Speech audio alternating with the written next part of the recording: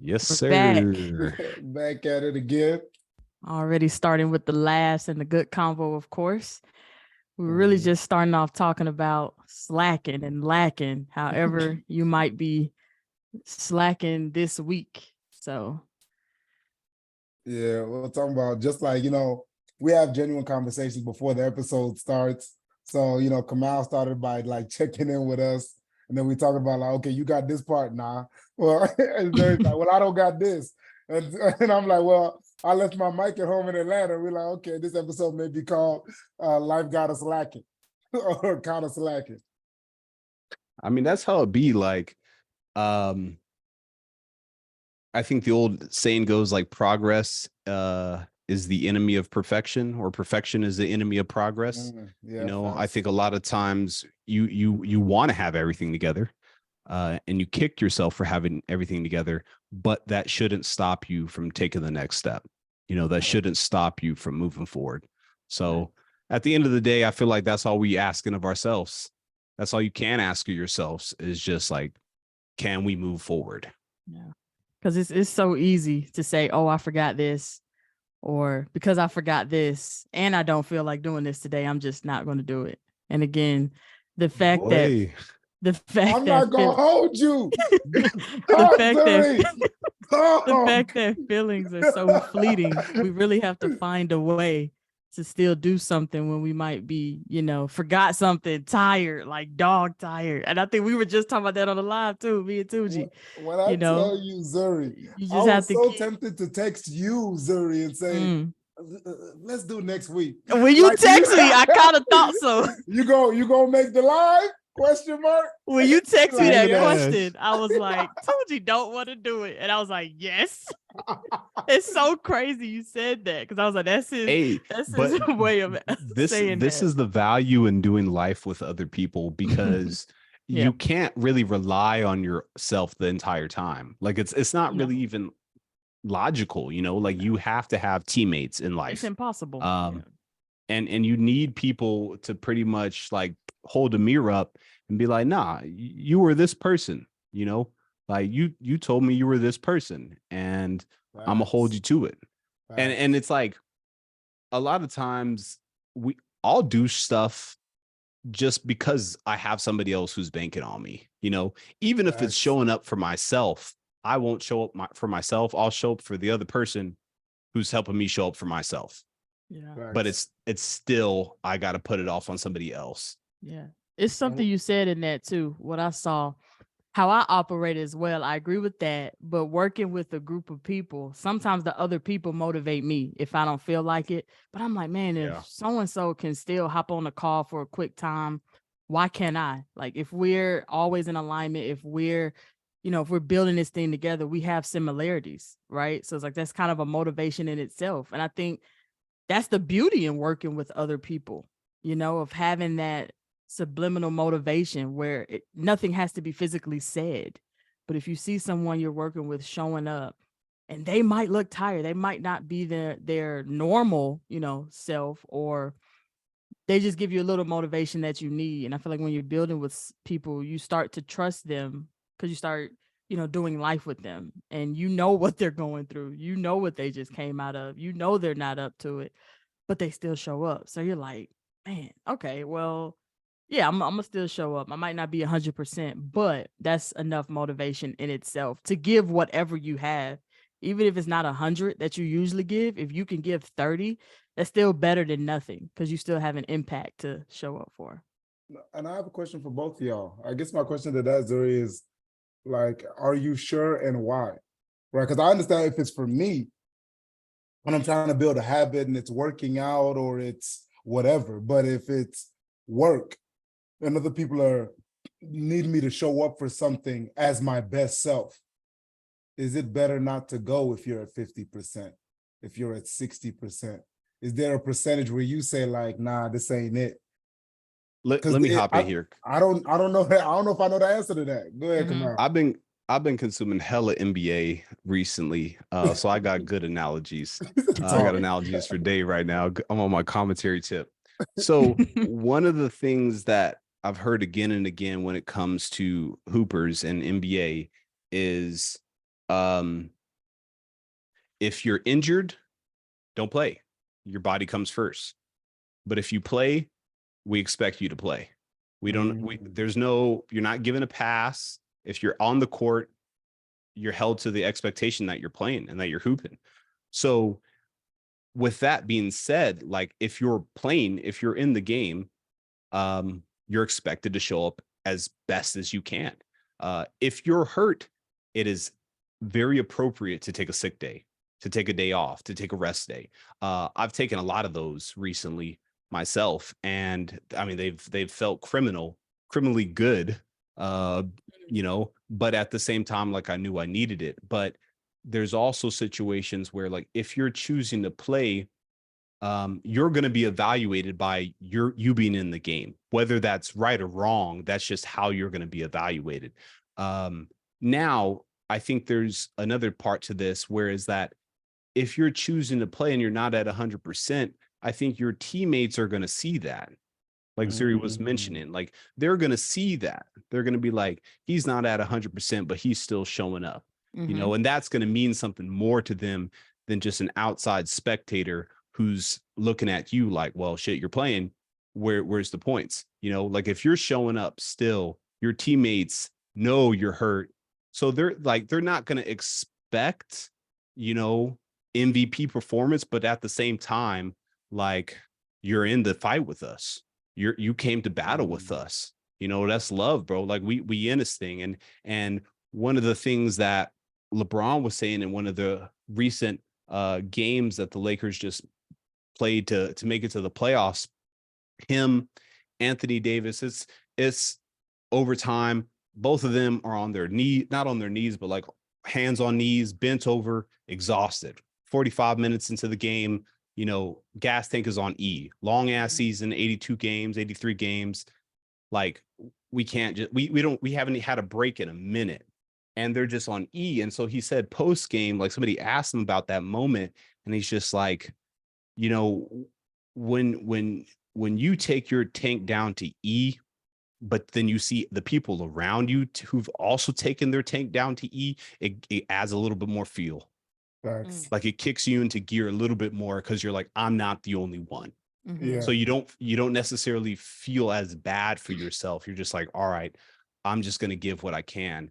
And for those of you who aren't on a sports team, or who don't, have a traditional team, but you might be more of a solo entrepreneur. Like there are people that you're doing life with, whether those are your siblings, whether those are your romantic partners, and you're showing up for your own life. Like they see that, they're like, this person's still showing up for their own life, so I should show up for mine.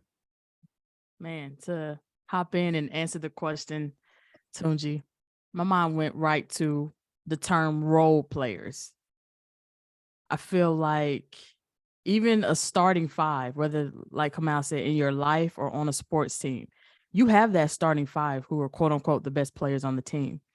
But what a lot of people forget about is the 6 man or woman, and also other role players. You have a specific role. There are so many people who get paid big bucks, millions and millions to play sports, but people never really think about those role players that step up to that stage, to that playing field, when one of the best players are down, hurt, or just not mentally there sometimes, or just have to step away from the playing field.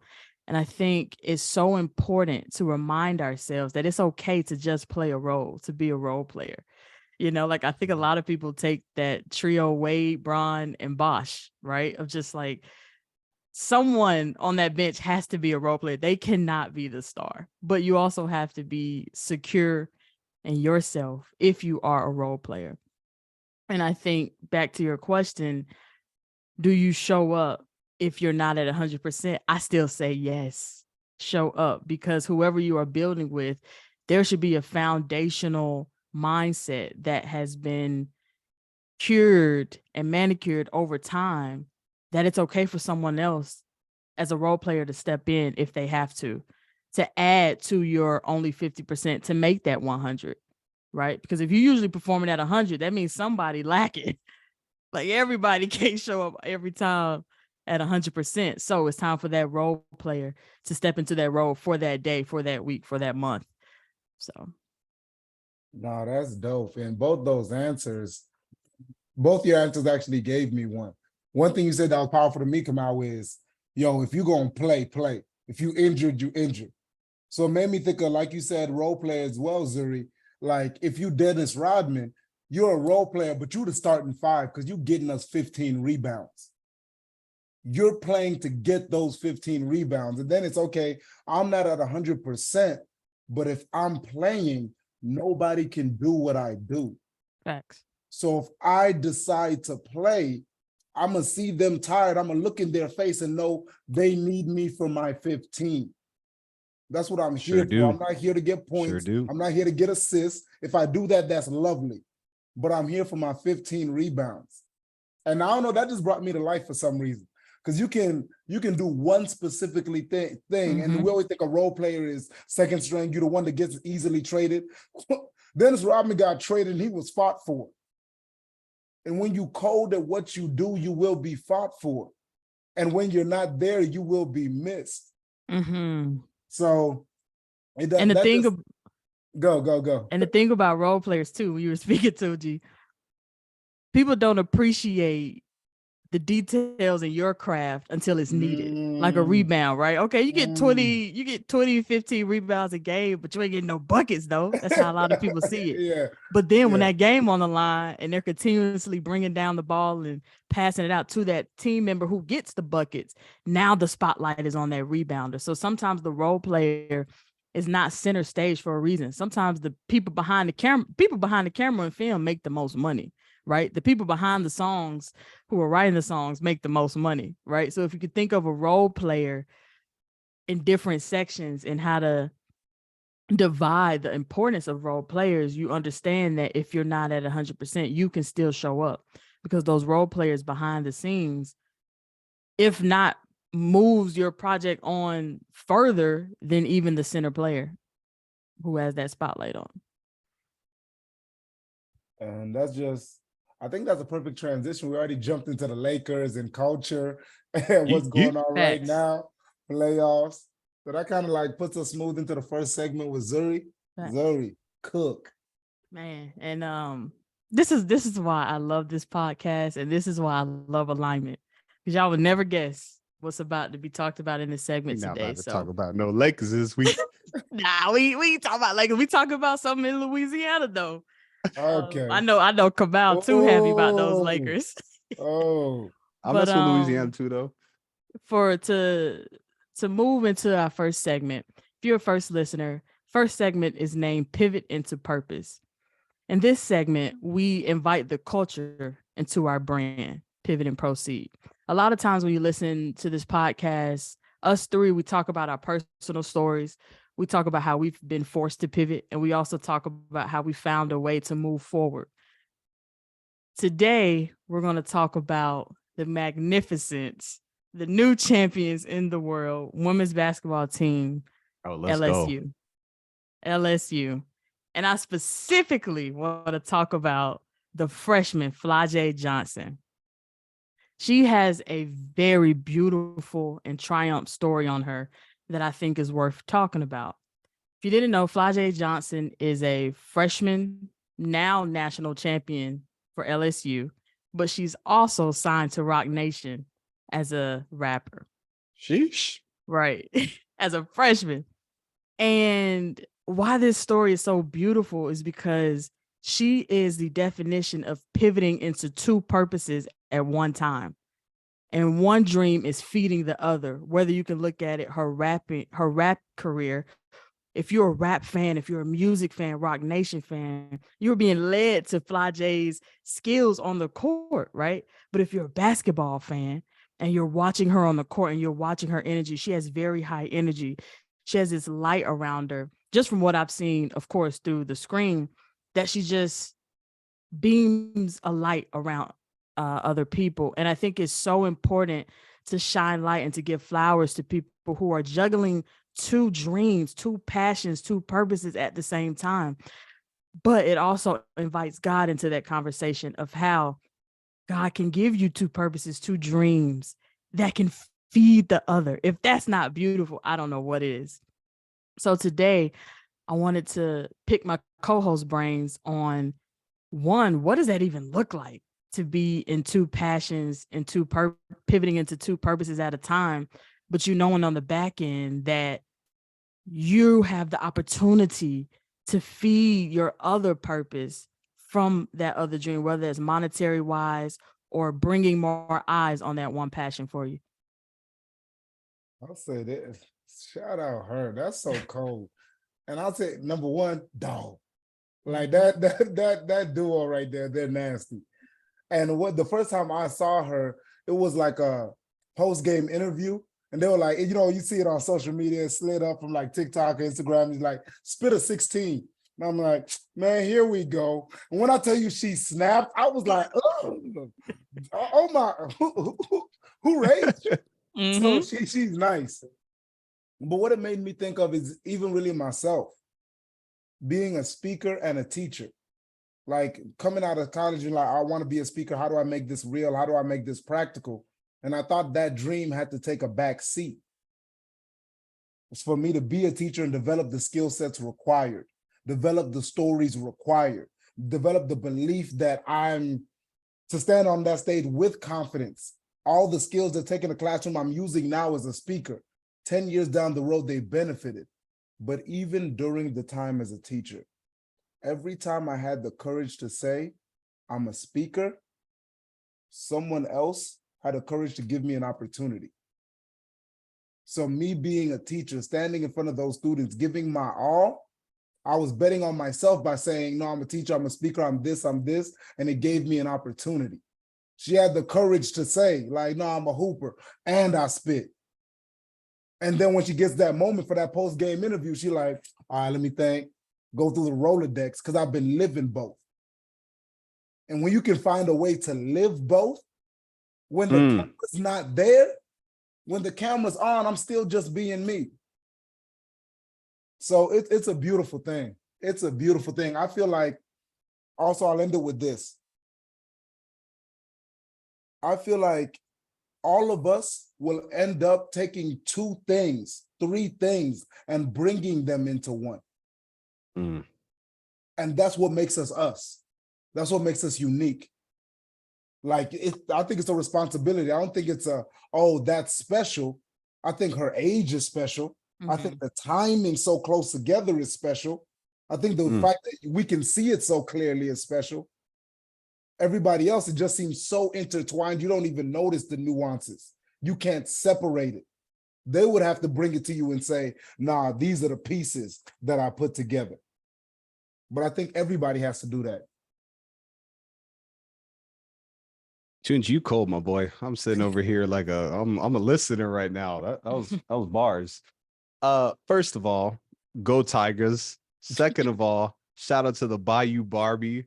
Third of all, we trying to keep this this podcast a little clean, but you know what I'm saying? Suck that Tiger. You know, we're gonna leave it there. My LSU people, y'all know. If you know, you know. Her story, I mean, first of all, I've been loving seeing her style, you know, her swag, her energy. Like she comes into these interviews just with like a presence that just like I already knew I was her like way before the world knew, you know. She had this same confidence when she was talking to her mama in her mama's room, you know, 6 years ago, when she was talking to her homegirls in the beat up Accord driving a Wendy's, you know what I'm saying? Like this same talk has been this talk. And I feel like one of the things that is really impressive, that is way harder than people realize, is taking advantage of that when you're young. Because when you're young, you haven't been really beaten up by the world as much. You're a lot more resilient. You're a lot less worried about, you know, political correctness or how to step, or, you know, whether people are perceiving you a certain way. You're just brash and you're just like, yo. And like, if you're able to capitalize and have so much confidence in yourself at a young age, like do that shit. do that shit. Like that is you're on something. So I mean, just shouts out to her on so many different levels. In terms of like being able to cook with two pots, two pans on the same stove, burners on high, just like grease popping, like to have it at that kind of level. One, I think, similar to what Tunji said, is that like ultimately you're making the same meal, right? Like you're cooking two things that are really going to be on the same plate, like which is your life, like what your gift, like these are this is one dish. And we don't always have like the recipe for one, right? Like she obviously knew what to do on the basketball front, right? It's a lot. She had people recognize the talent. There's scouts, there's coaches, there's people who were in her who were usually going to see something in you for one part of your talent. And that's okay. That's okay to take that help, to take that momentum. But the onus is on you and you as a dreamer specifically, not to forget about this other recipe, not to forget about this other dish that you want to cook, not to forget about this other thing that's on your heart, that that like, I could bless people with this thing. I just don't have the vehicle to get it out yet. And I think it's really, it's a special thing to be able to hold on to that dream, because I think a lot of people are quote unquote forced to make a decision, and they're forced to kill their baby, to kill their one dream, and just to focus on. And I know we've even talked a little bit about that on this podcast, where it's just like, no, forget that thing. That's not the real dream, And so it can be tough to really to listen to your inner self, and to have enough confidence and faith that this actually can go somewhere. So I think my big takeaway from her story is that like your passions, like for all of your experiences will bleed together at some point to make you show up in such a grand way, to make you show up in such a big godly way, where like you're just, it's just the energy, it's just your presence. All of your experiences, that 7-25-hour job of you working at Family Dollar, that job of you working at a car wash, of you selling water on the side of the street, of you, going door to door selling cookies, of you organizing stuff at church. Like there's all kind of little experiences that happen in our lives that influence how we show up, in different spaces. And so don't discount that stuff. Don't discount all the little opportunities. Like, of course, looking back, it's always easier to see how the dots connect. But as you're going through it, you're just like, this is all just random. It's not. It's not. It's fueling something, it's fueling something. It's gonna come together. So I think just having enough faith to believe in that second recipe, to believe in that second thing that you want to cook and you want to bless people with. And when I tell you the imagery of you saying that two burners on high, grease popping, right? I just got the imagery of, so what you said that was so hard, Zuri, is signed by Rock Nation. That validation, right? The fact that she's on Rock Nation, that burner's on a high now because there's expectation. She had the skill set, even if that burner was on low. If they dropped her today, she still got bars. The only problem is that validation comes with expectation. As soon as you say you signed the Rock Nation, come with it. I know who else is signed with them. I know the league you're playing in. Okay, I expect chips over here too. And that's why the burners are on high. I think that's the only difference. If it's a simmer, you can take your time to cook. If it's on high, that grease popping and burns come with that. That's part of the game. You want to cook on high, that grease is going to pop. And some people, like, I think we get scared sometimes, like, oh, okay, let me turn this down. Thanks. But nah, that's part of the dream. If you want to cook, Like turn it up high. Hand it the grease. Let it pop. I'm about to Let it flip the pop. computer. I'm about to flip the computer because Let what it I pop. was I'm about to flip it. I'm about to flip it because how I was going to end this segment is so on brand. So on brand. Because there is something, it's so many things I want to touch on with this story. And I think a lot of people, one, will not ever get to know how it feels and the pressure that you might even have on yourself to build two passions or two dreams at the same time.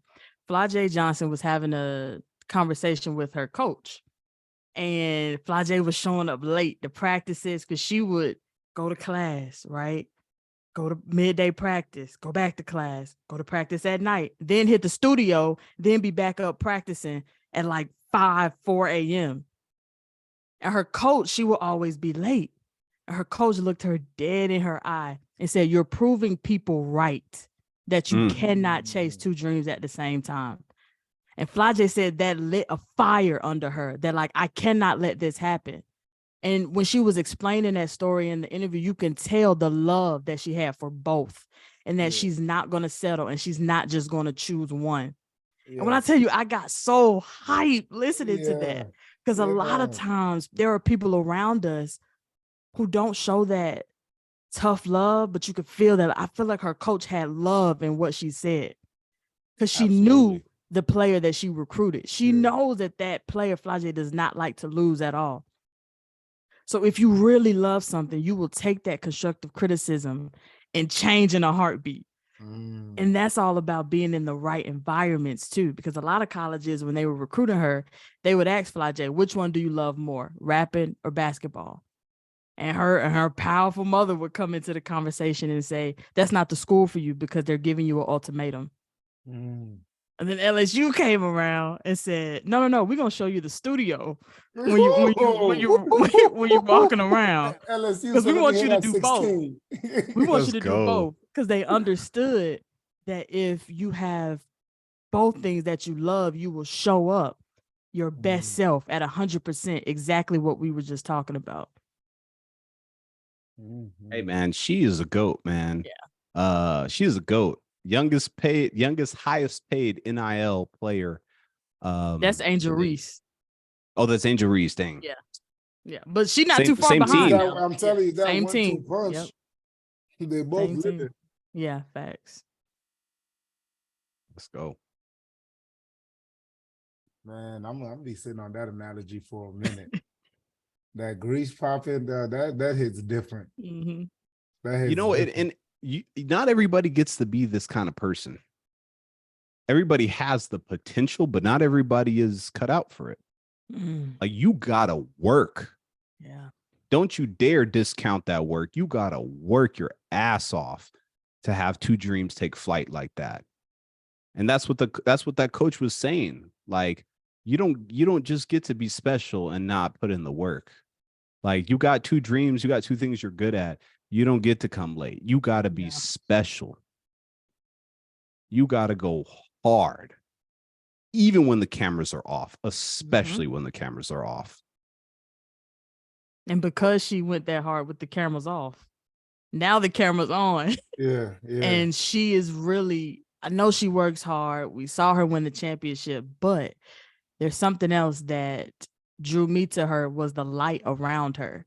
She seems so genuine. You can tell when someone is genuinely putting in the hard work, but genuinely loves what they do because it radiates without them forcing, without them saying it. And I think that's the beauty. And I want more people to focus on that radiant of sunshine that comes around your aura when you're putting in that work behind the scenes and you're not settling. It's so much power in not settling and knowing that you could do both, because you wouldn't have gotten the urge to do both if you weren't given everything that you needed to complete both. And when I think about her, actually, what comes to mind when you see her sitting in those interviews, like you said, is like lionesses. Because you know how they have that calm power? Because I have nothing to prove to you. I've proved it to myself already. I'm not worried about stumbling over my words. I'm him. I'm not worried about what you want to hear. I'm her. I actually do this. So I don't need to find the right thing to say. Right. So I just, right, it's so cold. It's so cold because you see all of that. You see the work. Where does that confidence come from? The work. What Kamau was saying, you got to be special. What's special is the amount of work, is the level of sacrifice. You should be asking yourself, when in her schedule is she doing other things? She's not. She's not.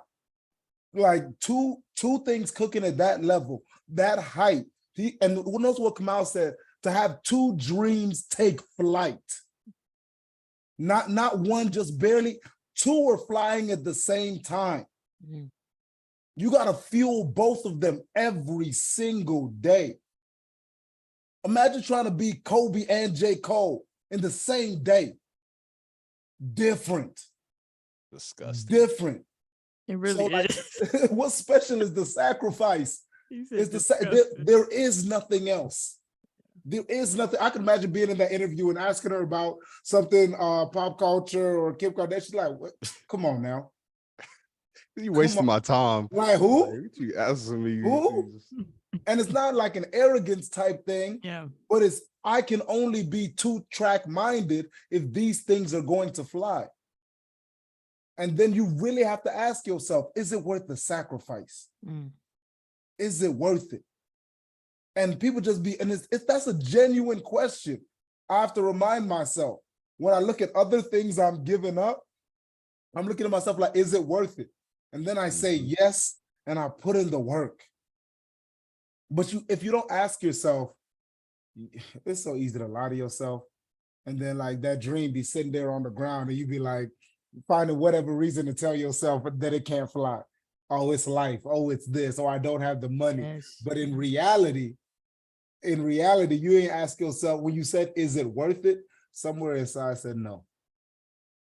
So you let it sit down there. And to me, that says that's not the thing. That's all. To me, that says time to pivot and proceed somewhere else.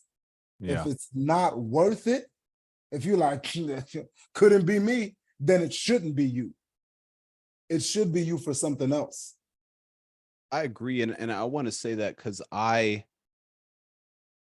people, I think that they look at my life sometimes, friends of mine, people who are close to me, and they're like, dude, you do too much. You got too many things cooking. What the fuck? Where are you? Where are you in the world? What are you doing? What are you working on? Like, sit down somewhere. And one of the biggest sacrifices that I've given up is going out. And I haven't gone out since I was like 23. We talking about 5 years, probably more than that, really. I stopped like consistently going out. Yeah, probably like even 21, honestly. Like it's been a long time, you know? And I vicariously live through people's stories. You know, I'm watching people, damn, that club looks lit. Damn, she bad. That looks like a good ass plate of food. But then I like think about like, all right, what's tomorrow's to-do list looking like? I'm cool. I can sit. I'm happy with my life. I'm happy with what's to come. I'm happy with the work I'm putting in because I know where I'm going. I know what I'm putting in. I know this shit ain't gonna amount to nothing. It's already amounting to stuff. You know, I'm happy with it. But that's a big sacrifice. I don't go out. Period. That, you know, and so I think like, I've of course I always have to ask myself, like, is it worth it? Because all of my friends are going out. Not all of them, but a lot of them. And I'm not mad at you. And I'm not even saying going out is a bad thing. Live your life. But for me, that's a trade-off I'm cool with. Like I'm at peace with it. Truly. I'm not envious. People be like, bro, come on, slide through. I'm cool saying no. I'm at peace. I'm not even pressed about it. Yeah. You know, but that's how I know, because I'm not pressed. And I think it's so important to point out what I believe Kamau is saying. Correct me if I'm wrong, but he's saying it's not that I wouldn't enjoy going out. It's that what I'm sacrificing is worth the sacrifice. And it puts me at peace. Me, I'm a dancer. So I love good music. I don't even be drinking and smoking nothing. I just be in there like, and don't play Afrobeat, I be going. Yeah. Right. But this week I was telling Zuri this in the live that I'm like, I'm not going anywhere. Like, this is about growth. This is about development. Every night, like I'm trying to fight to go to sleep at 7 to 10, wake up for an hour or two of work, sleep from 12 to 3, lock in day after day. I got to eat the beats. I got to take a cold shower. I got to do all of the 6 drops in order to be clicking on all cylinders. And I found this. And Kamau, Zuri, if you've ever experienced this, let me know if you agree. That whenever you have 2 opportunities, and I think we've discussed this before, you can either choose the dream to put in work or choose to like go out and have a good time or do something else. When you sacrifice and choose the dream, you find that an opportunity comes very closely after that. You're able to produce something, you're able to do something directly from that sacrifice. Have y'all ever experienced that?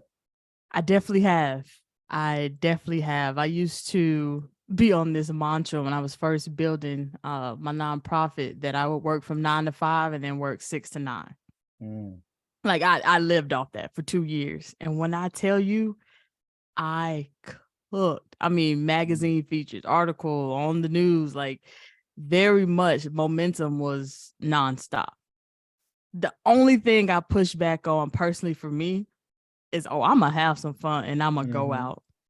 Because for my personality, that works for me. I like outlets because I've done the isolation where I started not going out, not intentionally, I just wasn't. And that wasn't my personality. My energy was kind of more down than it usually is.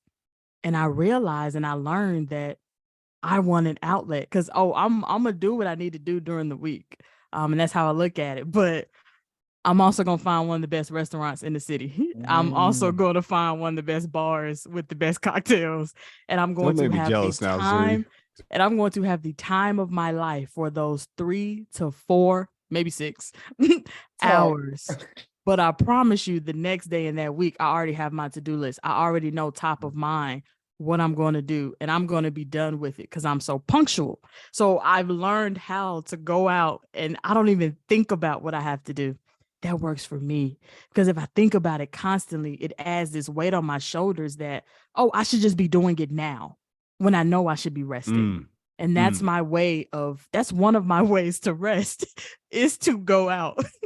Totally. So definitely you have to lock in and know what works for you and what gets that momentum going where no one can shut a door. No one can trip you up while you're going through that momentum. But you have to know if you need an outlet, please get an outlet.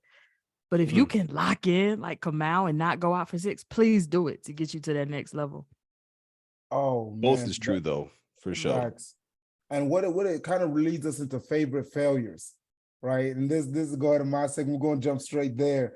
And it made me think about what you said is, what we're really talking about is, when am I just training in regular life?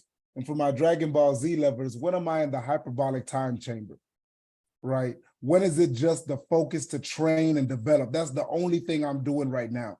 Because I have a battle coming up. I have an opportunity that I have to be. If there's 110%, I have to find it. If there's 120% that I've never touched, I need that. And it's knowing the difference. Because you're not supposed to live in the hyperbolic time chamber. It's for a season. And what it makes me think of is when I was in high school. I went to South Gwinnett High School. If we know, again, basketball all over this episode, Lou Will, 6-man, Toronto Raptors, LA Lakers, Philadelphia 76ers. Lou Will was a senior at my high school when I was a freshman. God. Nice. A senior at my high school when I was a freshman. Freshman year, as far as guys concerned, me and Guy, we was like this. I went for like spring break church camp, and God was talking to me for people all over the place. I am Tunji Adebayo, I'm not the same Tunji I am now. Still talkative, still lots of energy, but he's Lou Will. He's about to get Hell drafted yeah. to the 76ers. I'm a freshman walking the hallways. And God said me clearly as ever, like, when you said, tell Lou Will, I said, God loves you. That's all you have to say. God loves you. And I was like, I'm a freshman. I'm like, what? And I said, okay. I said, God, if you present the opportunity, I'm going to tell him. The way the school was set up. You know, everybody has like the fight alleyway, the place where the cameras are cut off and everything like that, and no one can see, and people Stairwell. organize fights. Yeah, this underneath the stairwell. They had one behind the gym where the vending machine was, and it was a pathway to another building. Sure enough, I'm walking in this hallway, late to class, and who comes walking down this hallway, coming towards me, nobody else around. Lou Will. I looked that man in the eye, and I looked the way it kept walking. And when I tell you this was in 2004, 2005, it bothers me to this day. And that's why it's my favorite failure. Because when I have something, that's maybe part of the, like, my speaking journey, the seed, because, and I don't know what he missed out on, what he had to go through. And all I had to say was, Lou, I don't know why God felt me out. I need to tell you this because I don't even know you, but God loves you. I'm like, do that what you will. It was just all my heart to say. And then keep it pushing. I couldn't even do that. And I don't know what he had to battle through, what he had to go through, because I didn't do what I was supposed to do. So to this day, when I have something on my heart for someone else, I'm like, courage up, man up, woman, do what you need to do, say what you have to say. So that's why when I have something in me to say, like, I fight to say it. That's why that's one of my favorite failures. I will never forget that high school story, 9th grade, 12th grade. Man. And you know, I want to tell you right now, Tunji, nothing was missed out. Lou didn't miss anything in that moment. You didn't miss anything in that moment. And I promise you, Lou got that message the perfect time he was supposed to get that message. But in that story, you got exactly what you needed. You hearing God tell you to tell someone that God loves them, that was for you. That wasn't for Lou. That was for you. That was for you to learn maybe what that voice sounds like, what that courage looks like, to not miss an opportunity to tell someone how you feel, right? So I think sometimes we might get an urge or that stomach bug or even that voice, right, of God to do something, to go through with something. But he already knew you weren't going to say it when he told you to say it.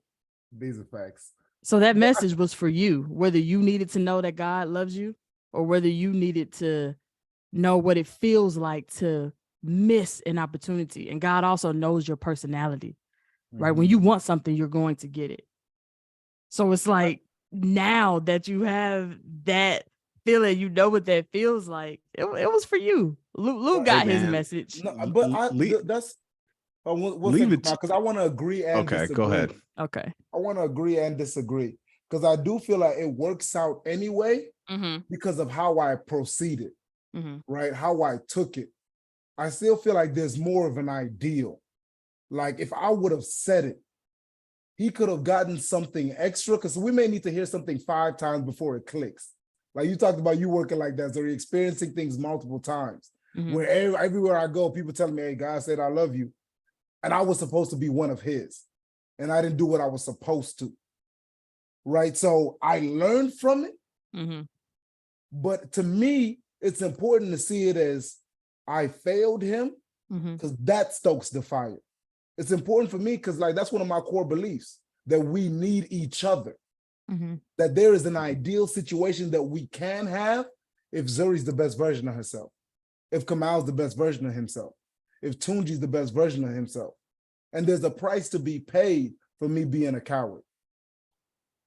But even this, I want to push back again, because even when you push back, still, do you think that it was more of the idea that it was Lou Williams, the best 6-man ever in the NBA, that the idea of you missing the opportunity to say it to Lou, where he's just like, man, he could have saw my face. We could have probably chopped it up. I could still know him. Because it's like, even when you push back, it was still more of like, man, I missed that opportunity to tell Lou. Oh, Like, no, I don't care about none of that. Okay. It was just the fact that I let him, because he wasn't Lou Will six guy, Yeah. none of that. He was Two Lou girlfriend Will. with Lou. He was Lou Will. He was still with the baddest girl in school at the time and had all the I'm sure he jerseys and the was. I'm chains. sure.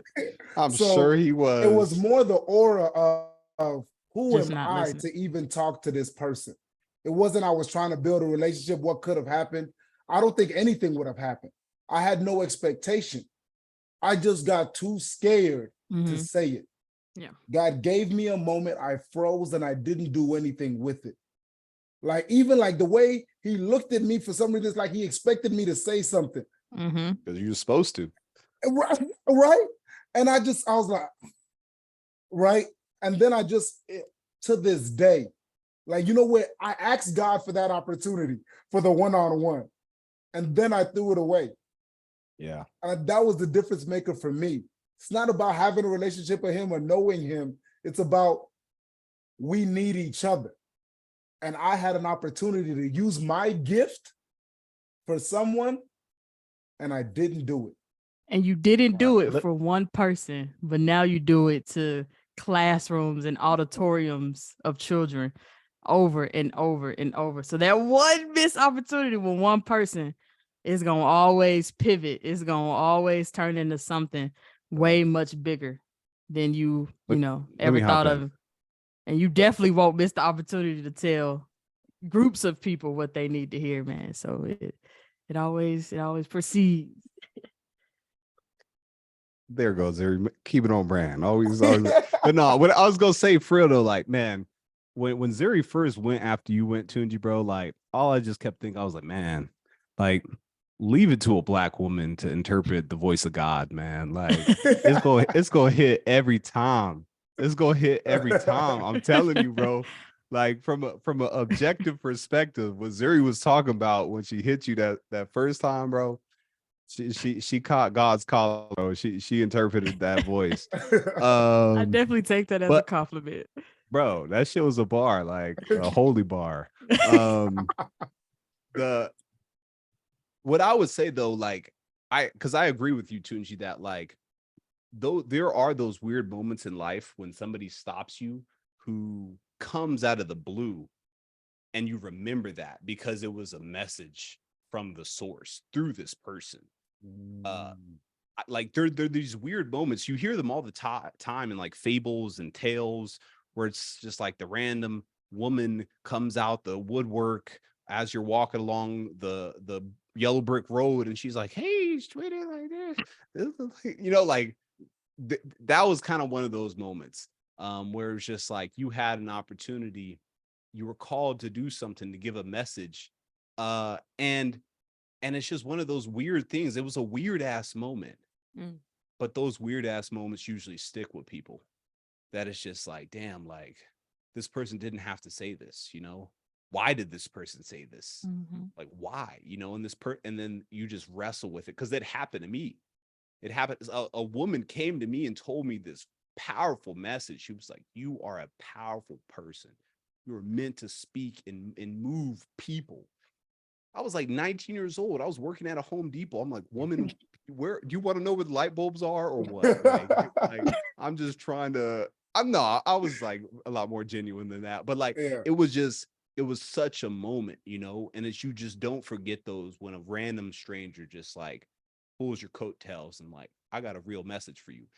Challenging part is when you're so young, because I was also a ninth grader, and I also had cool ass seniors like DC Young Fly, who I couldn't even be in the same vicinity without like fidgeting and being like, I'm uncomfortable by how cool this motherfucker is. Like, I can't even, and how square I am in comparison. So to be able to stand confident and be like, there's no way in hell you could have delivered it just like, hey man, I got a message for you. God wanted you to know X, Y. Like, you couldn't have even done it. You probably would have just been like, hey, God loves you, bye. And ran away, right? Like, you would have been so wrecked by the moment, you know? So yeah, that's my 2 cents. That's my 2 cents. No, absolutely. And that was the point you made, Kamau. You said that these random moments and Zuri, these weird moments. Zuri, you had one 2 episodes ago when you were taking that test, and my man pulled you to the side and said, nah, you doing your thing. Like, stay on track. Stay on track. Like, he was in, and I think what it speaks to is taking care of yourself well enough to have the confidence to speak to a stranger and tell them something. Yes. Yes. All right. Because it was a me thing. It had nothing to do with Lou Will. Like you said, Kamau, I felt uncomfortable at how cool he was in comparison to me. In comparison. And I even said for myself, like, who am I to talk to him? Yep. Like, I'm not me. Yeah. Like, you not you. And you have to, like you said, that we talk about it so much, proving it to yourself first. So when the moment comes, you can be who you're supposed to be for everyone else. You can come to a Zuri and say, you're shining. Don't doubt yourself. You her. And all of a sudden, Zuri's like, I am her.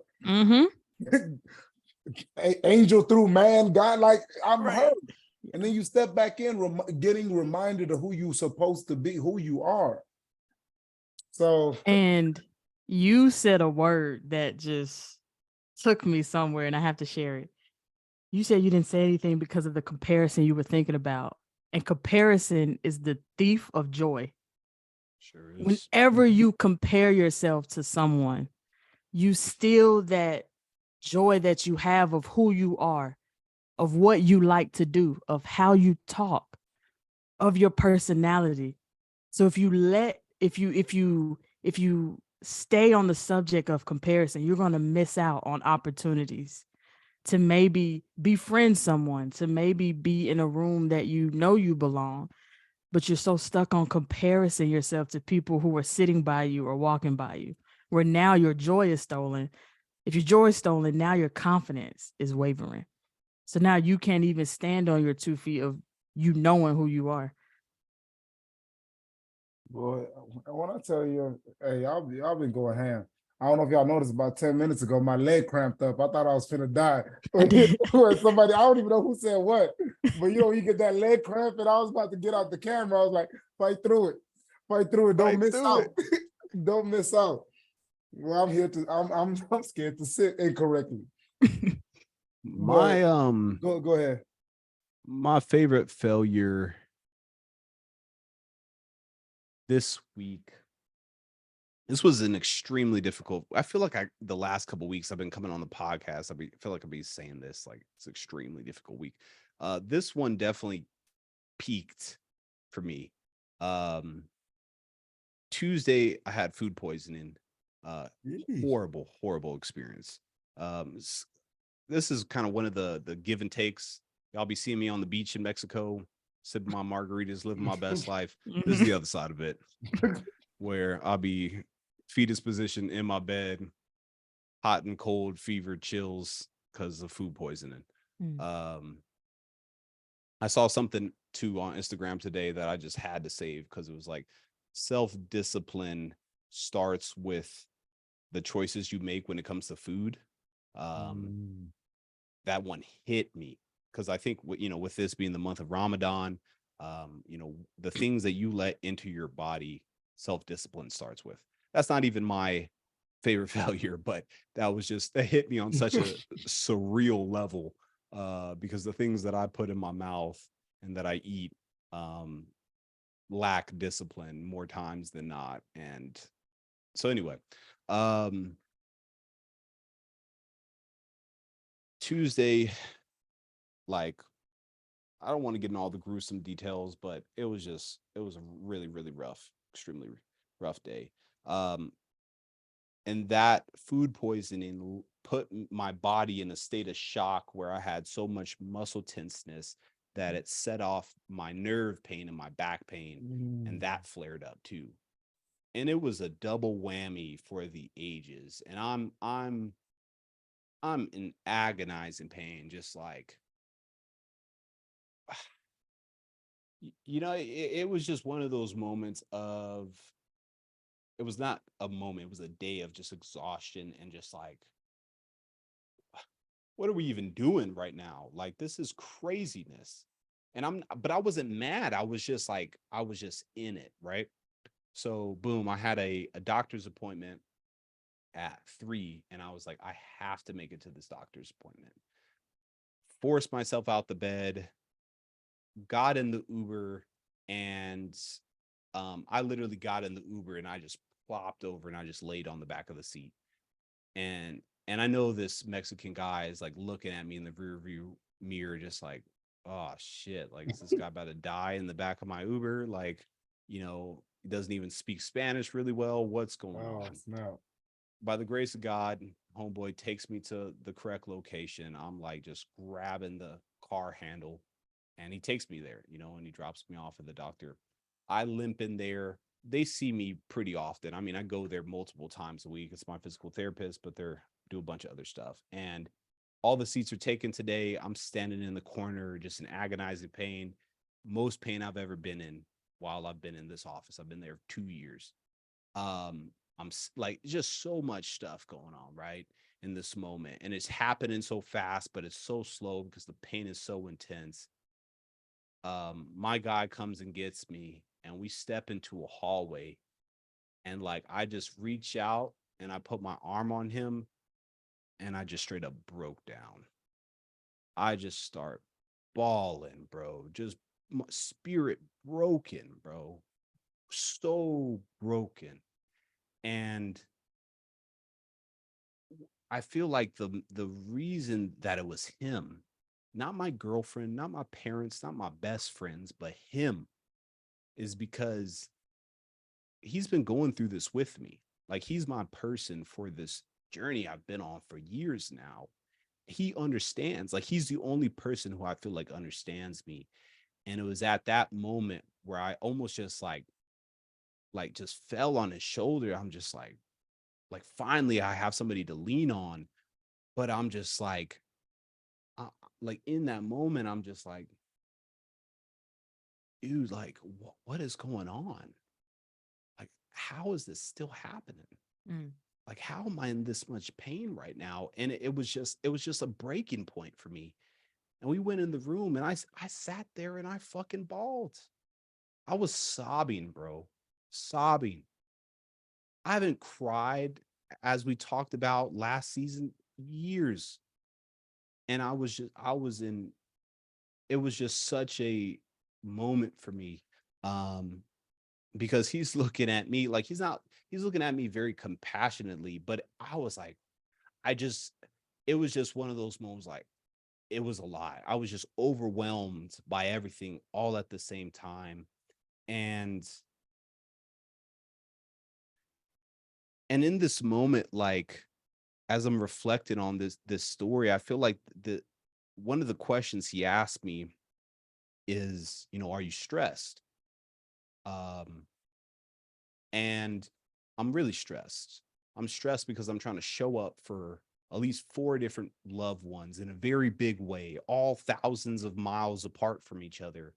And I'm like the strongest foundational piece for all of these situations. Um, Trying to show up for my job. I'm trying to show up for just other things. And because my body is not showing up for me right now, I in my mind, I just can't fathom showing up for them. But I also can't not fathom showing up for them. I'm just stuck in this frustrating point where I'm just like, what the fuck? But it wasn't even a sense of frustration. It was just a sense of hopelessness. It was despair. And in the moment, homeboy told me, today is a bad day.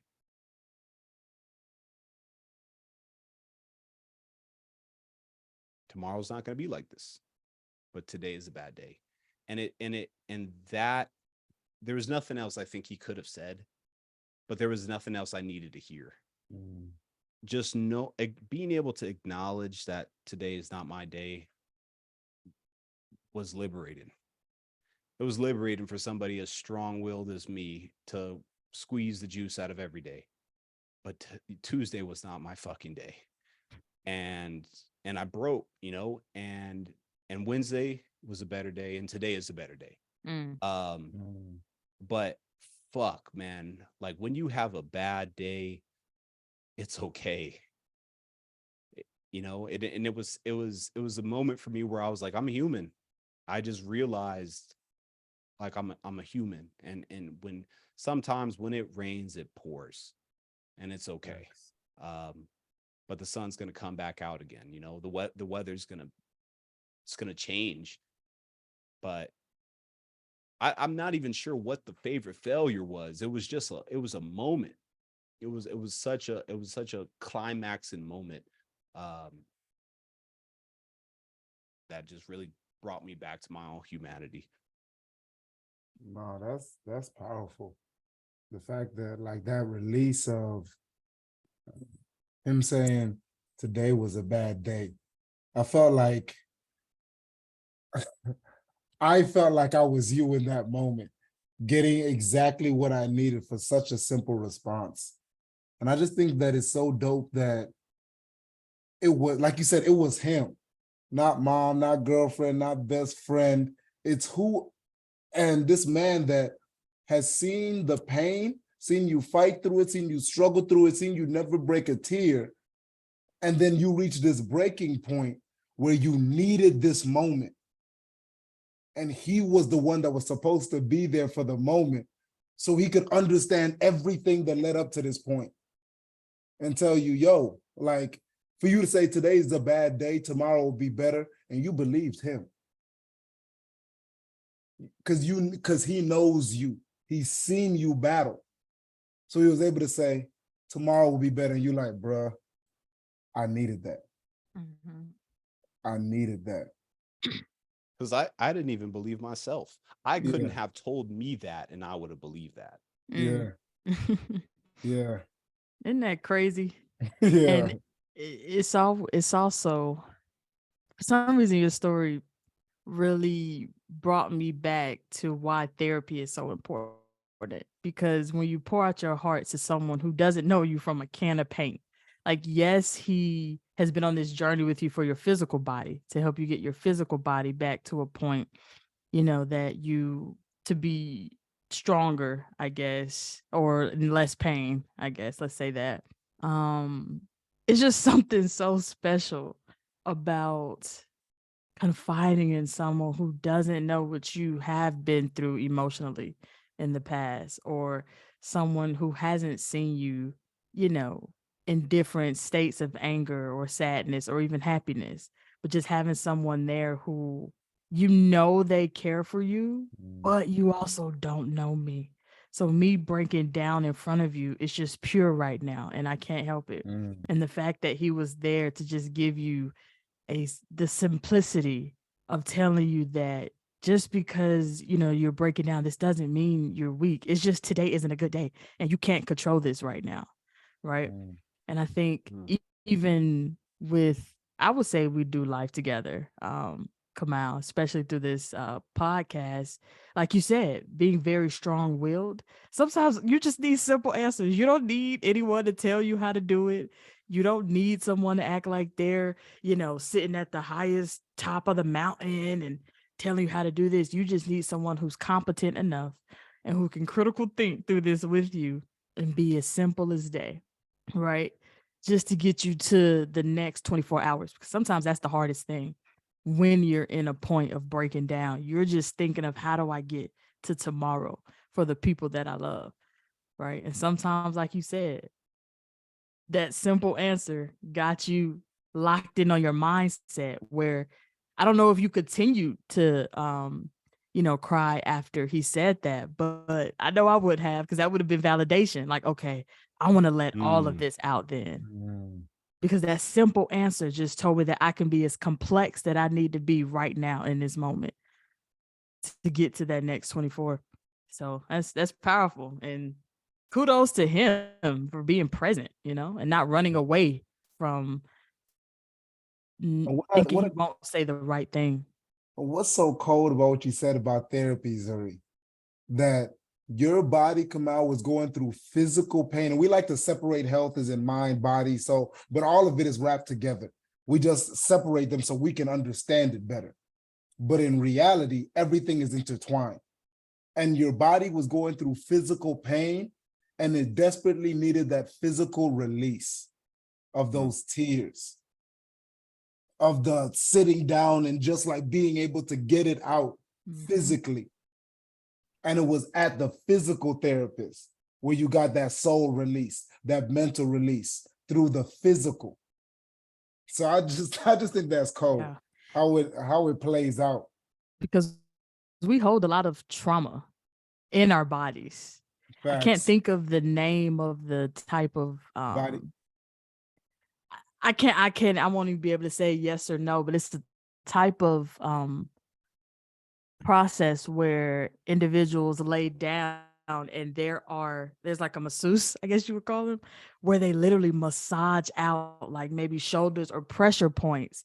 And the videos are so touching because once they start to apply pressure to a part of the body, people say they haven't cried in 20, 30 plus years, like 60-year-old men, 60, 70-year-old women, who once that person hits that pressure, trauma that these people have held in, their bodies. It could be emotional trauma, sometimes that physical trauma that happens to individuals.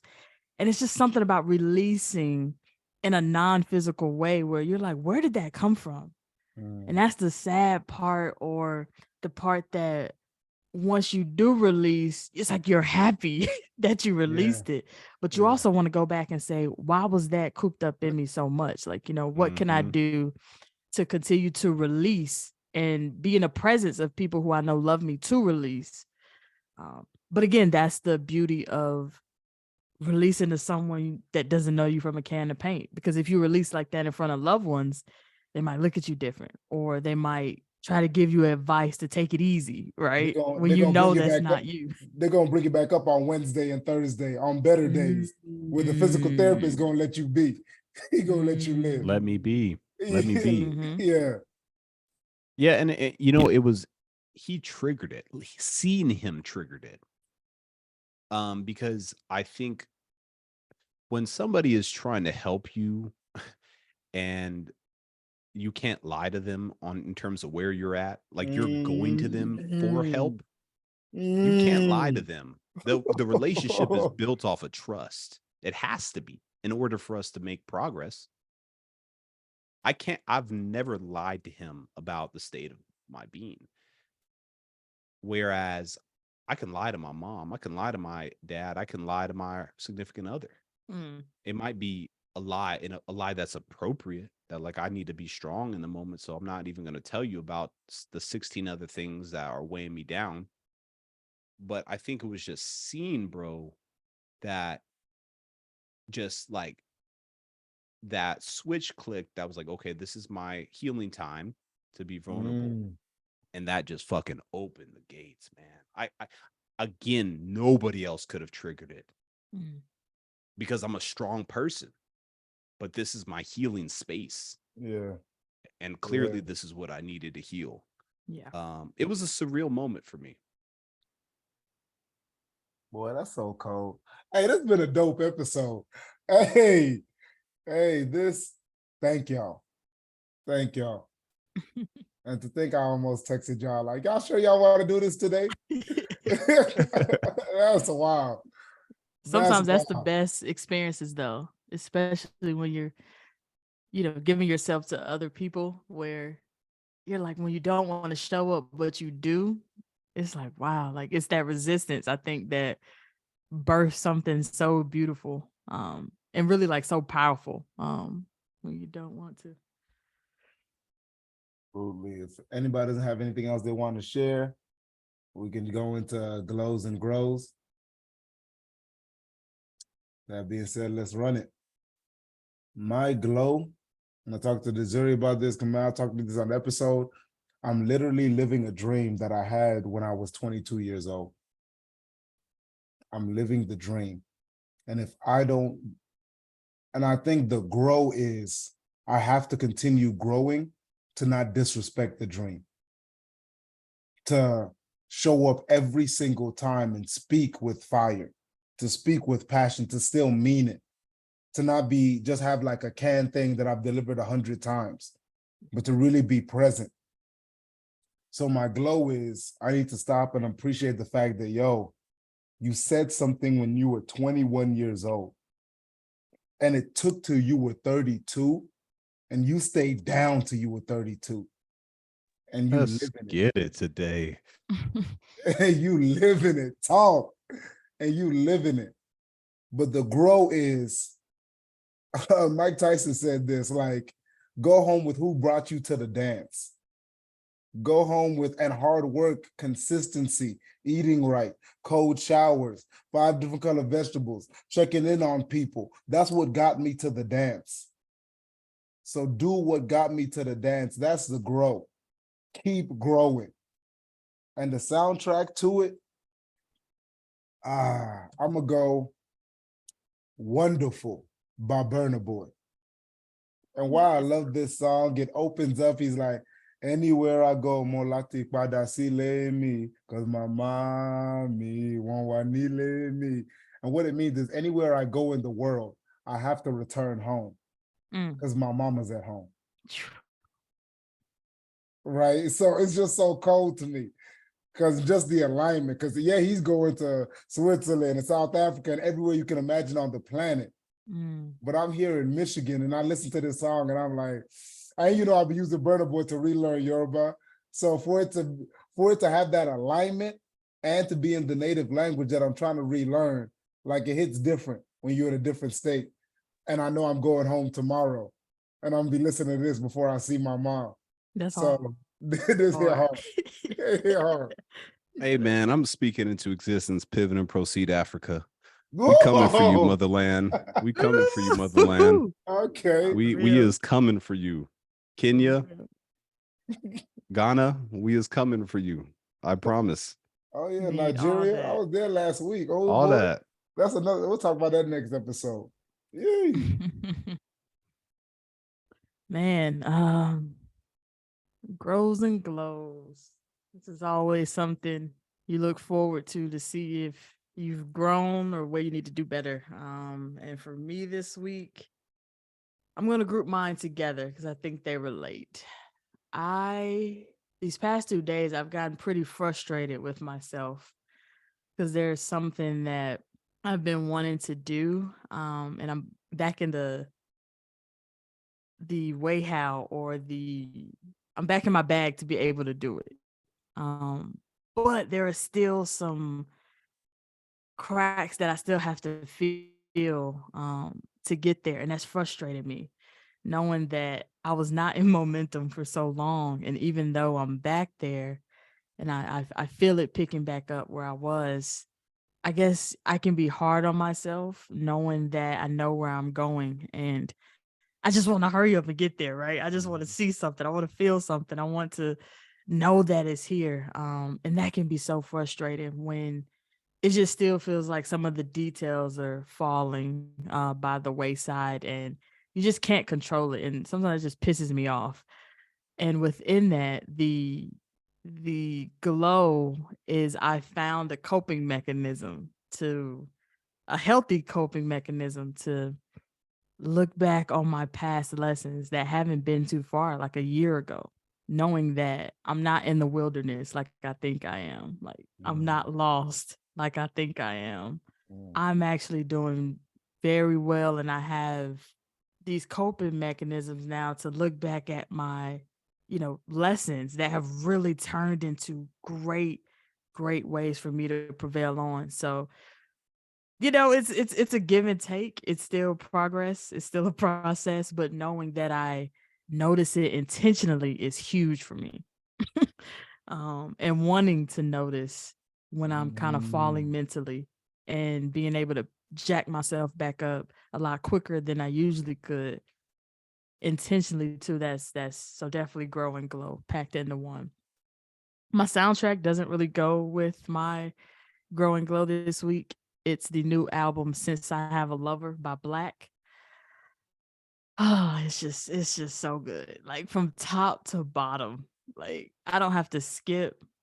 I can just let it play, and it takes me from the beach to the club to just vibing on my patio. It's just all vibes packed into one, and I guess that does kind of go with my growing glow because I'm kind of all over the place, but I'm compacted into a beautiful package at the same time. Oh, Just keep uh, walking on. So, oh, so oh. I guess it does go with it. So, yeah. Hey, yo, Tunji, what's up with you, bro? She cooking. That closeout was nasty. She said, I'm all over the place, but I'm just compacted into a beautiful package. Mic drop. Oh, oh, oh. I'm dead. My grow is, I told y'all I have an ugly, cute dog. I forgot. And this is one of two children I have. My grow really hit me in the face, man. And I was just like, I got some work to do before I become a parent. I want a family. I want kids. I want legacy torchbearers. Um, but no, I really just want to bring that into the world. But what I realized by having two furry ones, that will wreak havoc at the same time, is that I really need to grow.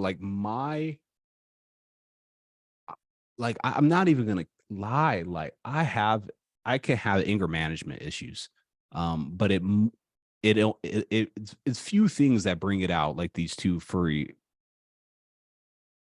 insert explicit word here. Like they'll throw me into a rage because of the shenanigans that they do. And I think it's helped me better understand myself, that ultimately people do that. Things do that. But the superior man is one that self-regulates, right? Like that's one that's in control of oneself, that isn't displaced by others or things of the world. Things are going to happen that's going to rattle you, but the superior man is somebody who can ground themselves, and that's a challenge. That's a challenge. And I know kids, like, this is their sole purpose as a child, is to fuck your shit up. Your little aura, your little feng shui, vibe you were in, like, they have that ability, to just throw a wrench in your shit, and send you on a tailspin. And I think it's not that I'm not okay with that happening. It's just like the level of rage that it takes me to. It takes me to like not a stand-up place that I would want people to see me in, you know? And that's not really the kind of place that you want to deal with other people in, or other beings, for these furry animals. Like it's just not a place. It's not a productive place. It's a place that invokes fear. They get me into this primal instinct where I'm just like, I'm about to squash you like a bug, straight up, you know. But it's like that's not that's not what the superior man does. Like, we just not on the plane. These are not, my little critters to cook and eat. Like, Oh my I god. gotta figure out how These to these dogs getting self-regulate. on my man's nerves. I love them. Dang. But I will kill them. Just kidding, y'all. Just playing, Peter. Uh, Just playing. there is no PETA in Mexico. I'm not worried about y'all. I'm These just are fucking with y'all. facts. These are But facts. no, real talk. This has really taught me about some really growth I need to get into myself, because things that don't know they can test you. And it's really just on you. It's on you. And I think when you figure that out, like I said before, like if you notice it, don't procrastinate on it. I need growth. In terms of the glow, my glow has been these criminal sick days I've been taking, because they're so criminal because they just feel criminally good. But yeah, I mean, it's really nice when you put in a lot of work to build things that last and they don't crumble the second you aren't there to hoist them up. You know, to know that things are going to continue going, blessings are going to continue flowing, things are taken care of, like just to know that things like are solid, that you don't just build these houses that can be destroyed with only one storm, that you always are patching leaks. Like I'm a builder, but I don't build haphazardly. I don't build half-assedly. Like I build. I take my time. And so there's moments like the last couple weeks where I can't build. My back is broke. I'm sitting on the couch watching Lakers. Leave me alone. But my houses aren't crumbling. There's still more work that needs to be done, but it's been a glowing moment for me to just be like, fuck it. I can't do what I can't do, so I'm not going to. And my internal fear that shit is going to crash and burn when I'm not here is it's not coming true. So it's a glowing moment. You got a soundtrack? Oh, soundtrack. Hey, not kind of sorta. You have been my soundtrack, my boy. The song Baby by the Wright brothers. It took me a minute to find it, and I would just want to explain to people how to find it because I don't think it was properly explained last time.